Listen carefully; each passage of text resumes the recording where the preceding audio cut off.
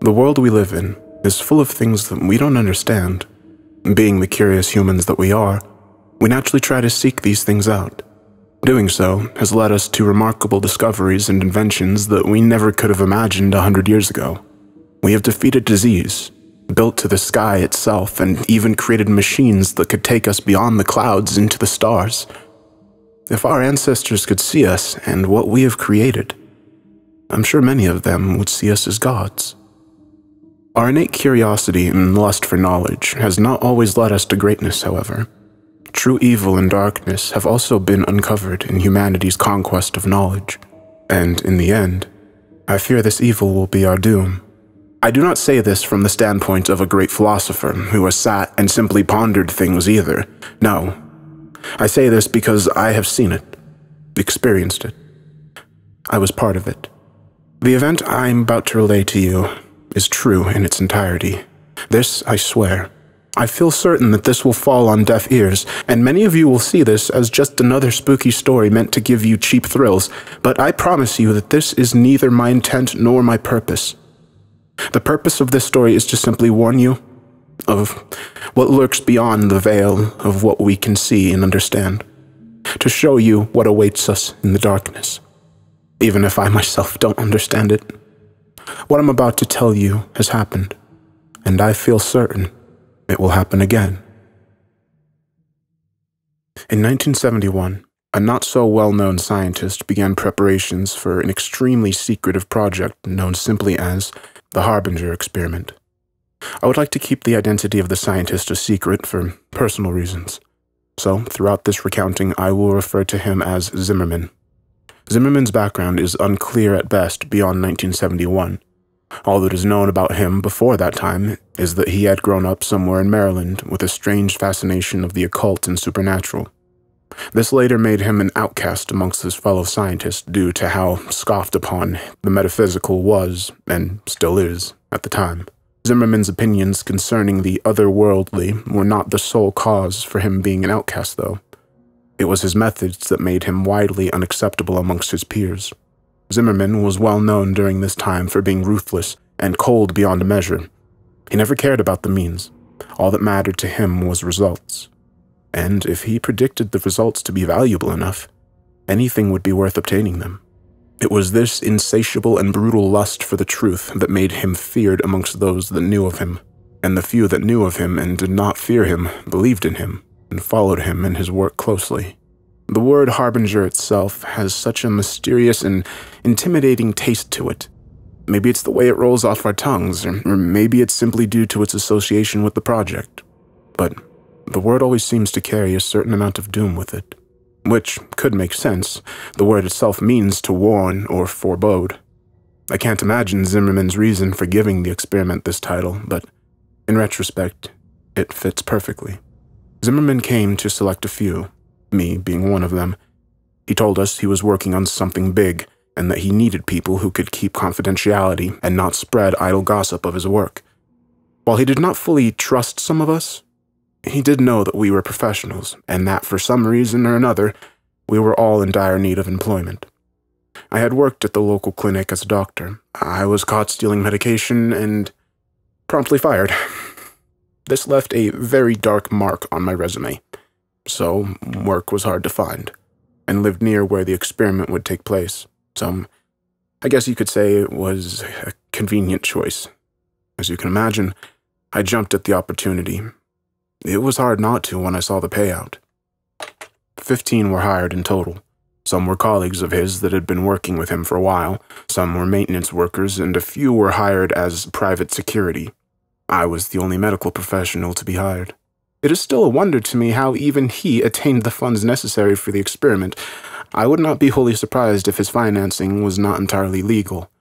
But, legal or not, I needed the money, and he was paying. Looking back, it's a decision I have come to regret. After Zimmerman obtained his money, he used it to buy a relatively large plot of land deep in the frozen wilderness of Alaska, and upon that piece of land, Zimmerman built a concrete structure. Not dissimilar to a bunker, in fact. the sole difference being that its goal was to keep any potential damage contained within the structure rather than keeping it out, as he put it. Most of the structure dug underneath the earth, which had the effect of making the underground complex seem so much smaller than it really was from the outside. As would be expected, there was only one way of entering and leaving the underground structure, and it was via a ladder that led from a small, unassuming concrete building on the surface, which I will refer to from now on as the entrance building for convenience, to the network below. After everyone had gone to bed at night, the hatch that contained the ladder would be sealed off with a very large and thick metal lid. Zimmerman was very strict about this. Located not far off from the entrance building was a series of wooden cabins that would serve as the sleeping quarters for the staff that Zimmerman had hired. Compared to the entrance building standing on the surface, the underground system was massive. At the center of the complex was a control room. This is where all the facility's electronics and such were linked to. This included security cameras, lights, and door controls. Consoles, monitors, and computers lined the walls of this large central chamber. This is also where the ladder in the entrance building connected to the underground complex. Connected to the control room were 3 doors. One led to a smaller room that served as an infirmary, another led to a break room, and the last door led into the hallways. The hallways were where the complex began to feel extremely eerie. They were, for some reason, laid out in an extremely confusing scheme that led in circles and complete dead ends. These hallways made up a vast majority of the complex, and it would be very easy to get lost in the maze if you were unfamiliar with the complex. But if you knew where you were going, you would find yourself standing before one of 3 8-by-8-foot rooms before long. Each room had a camera hooked up to one of the corners of the room, and all 3 of those cameras were connected to a corresponding monitor in the control room. Cameras were also scattered throughout the hallways so that whoever was watching their corresponding monitor could see anywhere they wanted to, when they wanted to. Thick metal doors stood at the entrance of each of the 3 8-by-8-foot rooms. You would have to enter a 4-digit code into the panel located near the door. I remember when I first arrived at the complex, how badly the hallways frightened me. I've always been claustrophobic, you see, and those hallways were so very narrow. The noise, or more accurately, the lack of noise, was also a tremendous source of fear in those bleak, narrow hallways. It was always so unnaturally silent, as if the entire world had stopped moving. It really made you feel like you were trapped down there. Thankfully, though, I only rarely ventured into those hallways, for I was the only medical professional in the facility, and I had virtually no reason to go into them. In the beginning, I found it so peculiar that Zimmerman would ask for a medical professional like me on a project like this, but by the time it was over, I understood why. The official purpose of the Harbinger experiment was to test and observe the effects of extended isolation on the human mind. This was what was listed on the reports being sent out at least, but unbeknownst to all of those who were not participating in the project, excluding the subjects, the true purpose was much darker. Like I said, Zimmerman had always had an obsession with the occult and supernatural. He sought to prove himself to those who did not believe in him. He wanted proof that the supernatural was a real phenomenon, and he wanted to be the first one to attain said proof.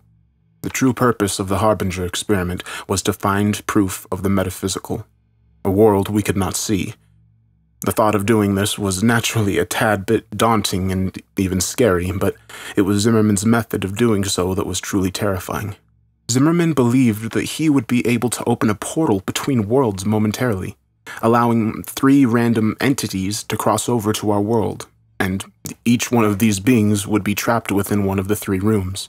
Zimmerman had the theory that any entity would try to latch on to the nearest living thing that had the capacity for it. He wanted to use this technique to try to trap a spirit in a physical form by allowing it to enter a living being that had been injected with a compound mixture of Zimmerman's creation. In theory, this compound would keep the entity from simply leaving whatever it was attached to. The only way it would be able to leave a host who had been injected with the compound was through death. According to Zimmerman, the host would have to be something living, with a will strong enough to survive the possession. And there's only one known living species that possesses the amount of will required for this: humans. Zimmerman had also done something to ensure that the entities would only enter the 3 rooms, and that there would be only one entity in each room. though I cannot say I know exactly what he did. In fact, I know next to nothing when it comes to how Zimmerman managed to do what he did. He liked to keep his methodology a secret to his most trusted colleagues, most likely due to his paranoia that someone would steal his ideas and take credit for the success of said ideas.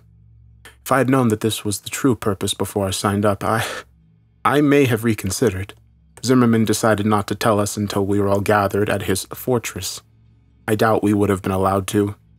The security team Zimmerman had hired was loyal to him, and the payout, it was likely that Zimmerman had given them the order to not allow any of us to leave. There were 3 different subjects included in the experiment. All were native to Alaska, and each one was lured into the project under the belief that they would be participating in a harmless study of the effect of isolation on the human mind, as I mentioned before, which is why none of these subjects objected when they realized that they would be confined to one of 3 rooms that I mentioned earlier. The first subject was a young man. He was apparently out of work and desperately needed the money that he had been offered for participating in the study. The second was a woman. By looking at her, I could tell that she was an addict of some sort. The third and final subject was an older man, a drifter, if I had to guess.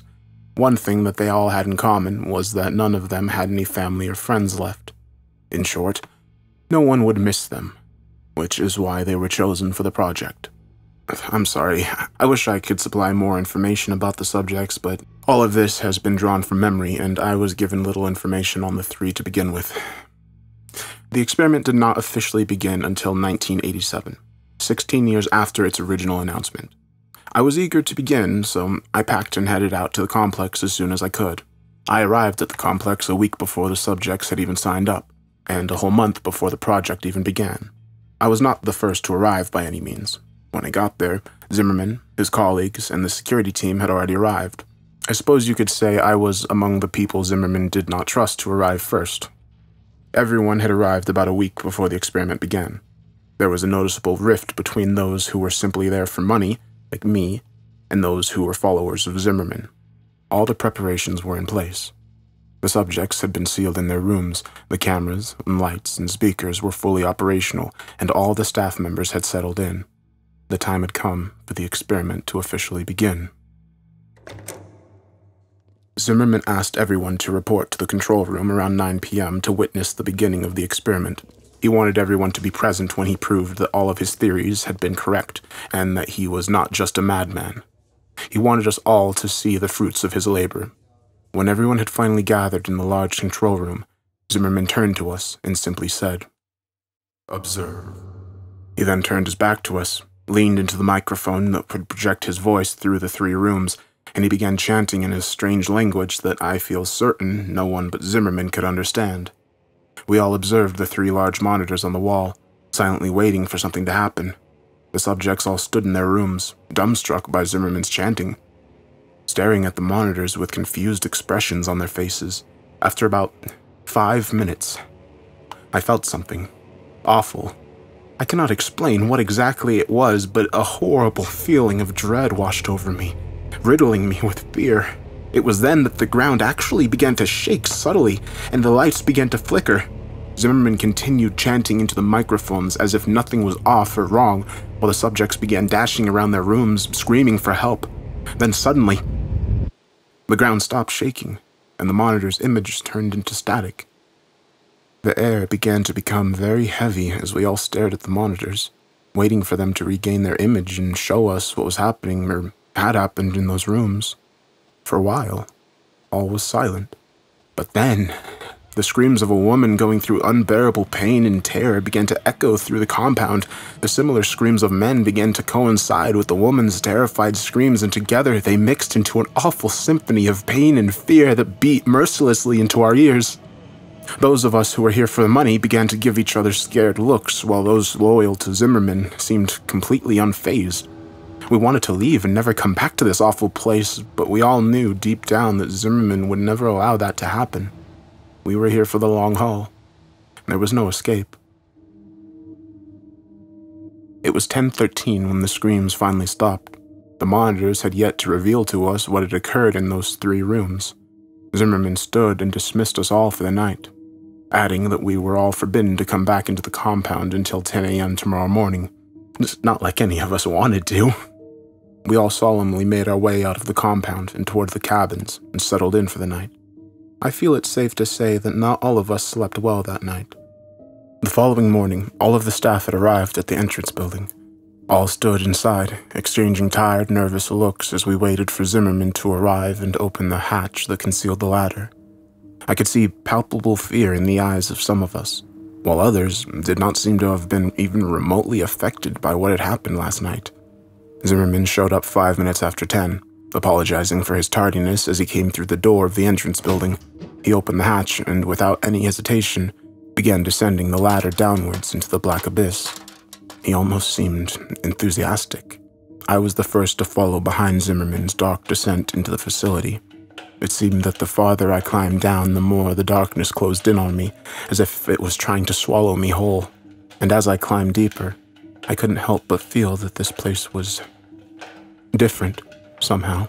While before there was only the unsettling concrete hallways and rooms, now there was something else. Something made the eeriness feel so real and personified.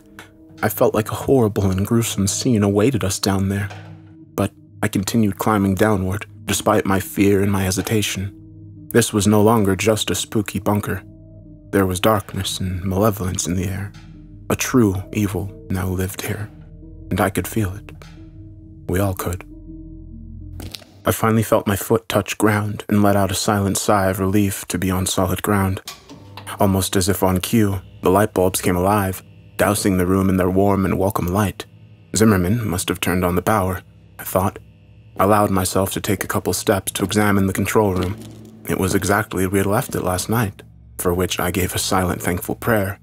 It was almost as if nothing unusual had ever happened. I shook myself from my thoughts as I remembered the static-filled monitors from the night before. I let my eyes slowly make their way toward the monitors on the wall, anticipating the grim and fearful scenes that would be on them. My attention was first grabbed by monitor 1 and 3, which were still pure static. It would have been a small relief, but then the motionless image on monitor 2 caught my eye. Room 2 had been entirely still, and everything seemed entirely untouched. I couldn't help but grasp as I noticed the only thing that was different. The woman lay in the center of the small concrete room. An expression of fear and terror was frozen into her gaunt face as she lay silent and motionless on her back. Zimmerman's expression turned angry when he saw this. He ordered that the second monitor be turned off, and it was. We didn't ask why. It's not like any of us wanted to see the dreadful scene any longer. He also ordered that if the images on monitors 1 and 3 did not return within the next 2 hours, the security team would be sent to investigate the rooms. The security team nodded at hearing this. They made it seem as if they had no fear, but I could see it in their eyes.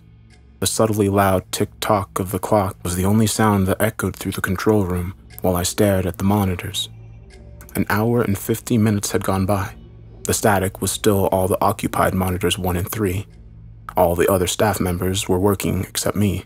This was due to the fact that the project had been completely injury-free thus far, so I essentially had nothing to do but just wait for someone to hurt themselves. Zimmerman, a couple of his colleagues, and I were the only ones that occupied the room. They quietly chatted amongst each other on the other side of the room, while I spent my time reading and pondering the situation I currently found myself in. I'd clearly made a mistake coming here. The corpse lying in room 2 was evidence enough of this, and God only knew what awaited us in rooms 1 and 3.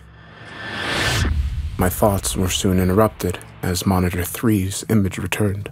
The clear image now displayed on the screen made everyone's eyes noticeably widen. What was displayed on the monitor was horrifying. A humanoid thing stood in the center of the room, staring directly at the camera, unmoving. It was wearing the jumpsuit that Subject 3 had been issued, but this clearly was not the same man that had entered the room. What caught my attention first was its eyes. They were solid black and twice the size of a normal human's. They seemed so endless and so cold. Its head had also grown with the eyes in such a symmetrical and unsettling manner. The being had also shed all of the hair it once had, and even from the monitor I could see how unnaturally smooth and clear its skin was. It had also seemingly grown in height and stature. which could be seen in the fact that the jumpsuit was now visibly far too small for its wearer. Its limbs had grown especially long. Its arms hung almost as low as the creature's knees. What we were looking at was in no way the same man we had sent in. Fear. Fear was all I felt as I continued to stare into the monitor at the thing in the room, and my fear seemed to be shared by those around me, which made me feel kind of good. It may sound awful, but it was a bit satisfying to see that Zimmerman and his colleagues could feel fear too. But at the same time, it was worrying because this showed that this was not part of Zimmerman's plan. We all stared into the monitor at the thing, despite our fear. It was almost as if we were in a trance. My already present fear began to grow and spread rapidly through my body as I became lost in the creature's eyes, trapped in its terrifying, hypnotic gaze. After what felt like forever, I managed to break eye contact with the creature and divert my attention from the monitor. When I did so, I felt the fear fade considerably. After a short while, Zimmerman ordered his security team to make their way to Subject 1's door, just as he said he would do. The security team left without question, armed only with batons and pistols. I focused my attention on watching the men progress through the hallways towards Subject 1's room via the cameras. Even through the not-so-high-quality cameras, it wasn't hard to tell that these men were afraid of what awaited them. Their heads were downcast as they walked. They did not possess the same confidence within them that they did when this project began. They looked like scared boys being sent off to a terrible war. Eventually, they made it to the door. We had perfect vision of them and the door via the hallway camera. One of them said something through their walkie-talkies and made a motion towards the camera. In response, one of Zimmerman's colleagues buzzed the door open. The men already had their pistols out by the time the button was pushed. Slowly, the door began to open. We all watched eagerly as the men began to approach the door, guns aimed inside. Suddenly, and without warning, there was a loud shriek, and as something bounded out of the room at the men, the monitor turned into static.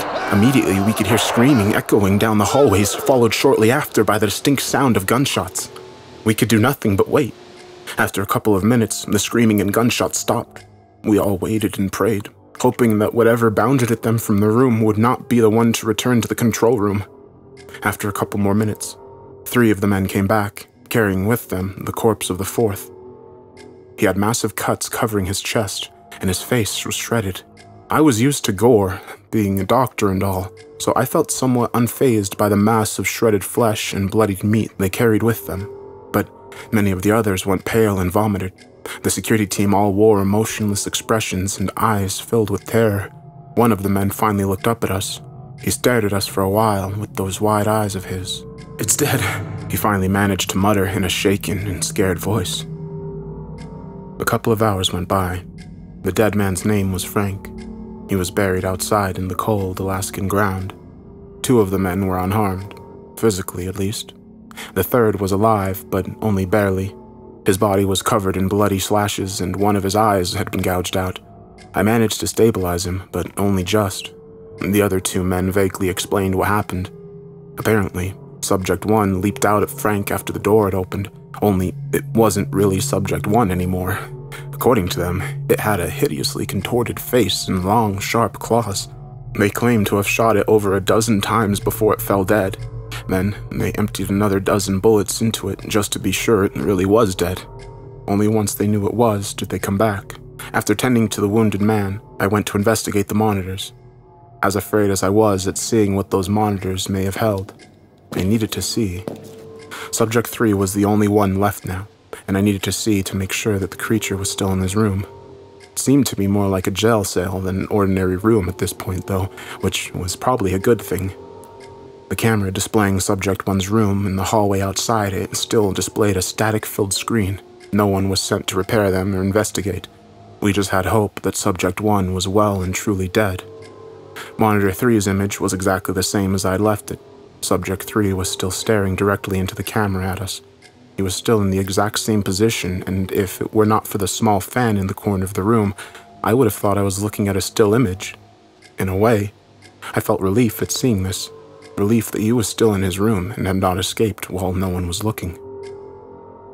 After everything quieted down, I noticed something especially unusual. There was a strange sound emanating from somewhere. At first, it was barely noticeable. The only reason I heard it was because of how extremely quiet it was in the infirmary. But as time went by, it slowly began to increase in volume. After about an hour, it was loud enough that everyone else could hear it too.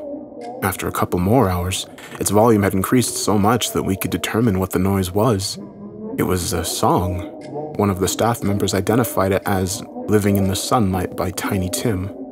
Apparently, his father loved the song and listened to it frequently. The song seemed to be on a loop and kept replaying itself. Although we were able to identify the noise, we remained unable to identify its source. We all knew that it wasn't coming from the speakers because we had turned them off. It sounded to be emanating from within the walls themselves. More time ticked by as we all began to become increasingly agitated by the song. I spent most of my time in the infirmary, attending to Frank or in the control room. Fear hung in the air, and the presence of unmistakable darkness and evil was no doubt its source. Subject 3 still had not moved. We had kept his unblinking gaze fixed on the camera the entire time. It always felt like he was staring directly at me, no matter where I was in the room. I think this effect was also felt by others due to the fact that they seemed to move around the room a lot and for seemingly no reason. After a few hours, the song was so loud that people had to almost shout in order to communicate. We had been trying to find its source so that we could turn the song off, but it was to no avail. The source was completely unidentifiable. This added a level of extreme irritation to our already present fear. It was around 8:30 that the ground began to shake once again, just as it had done the previous night.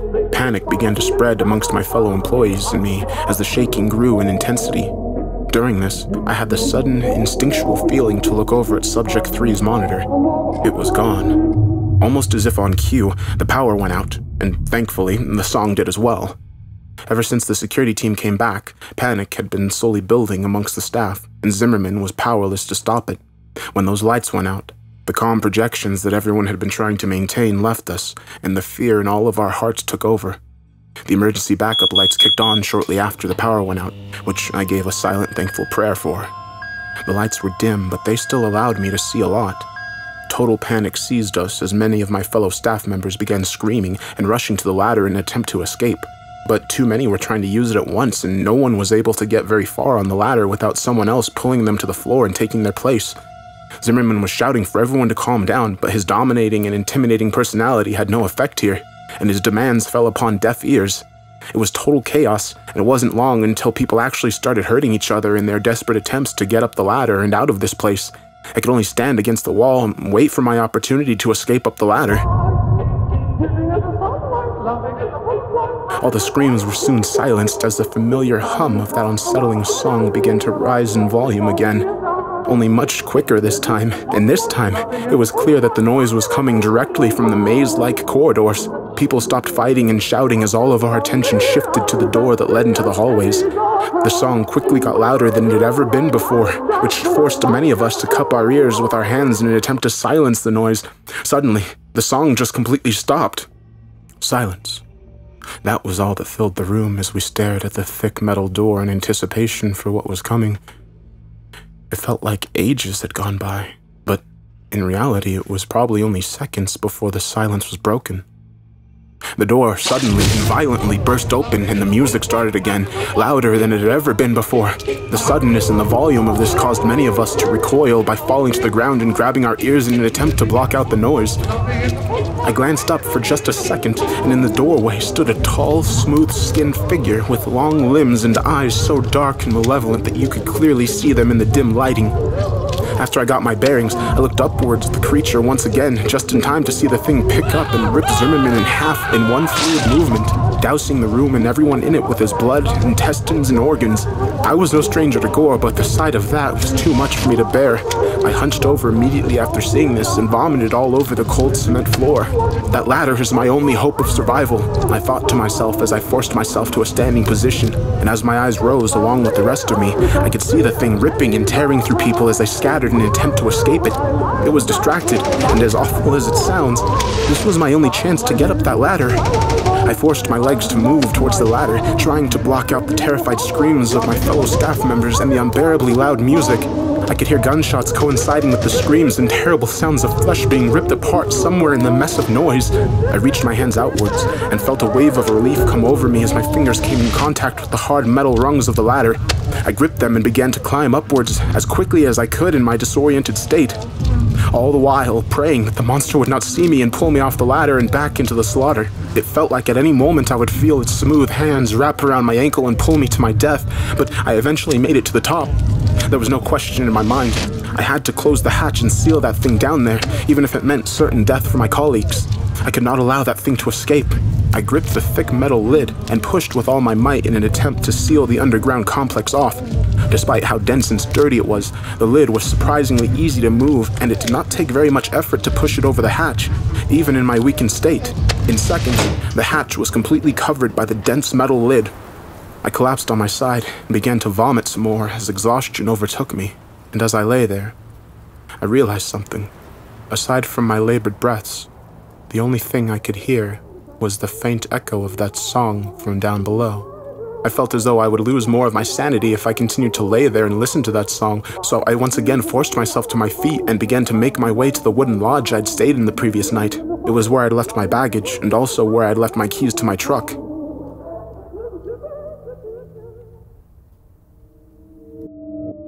Of the 15 staff members that took part in that forsaken experiment, I am the only one who survived. I've never returned to the awful place where all of this happened, and I don't intend to. The project was very secretive, and Zimmerman was the only one who knew all the details of it. As far as I know, no one is aware of my involvement aside from me. In fact, I'm probably the only one who knows what the Harbinger experiment truly was, let alone what actually happened.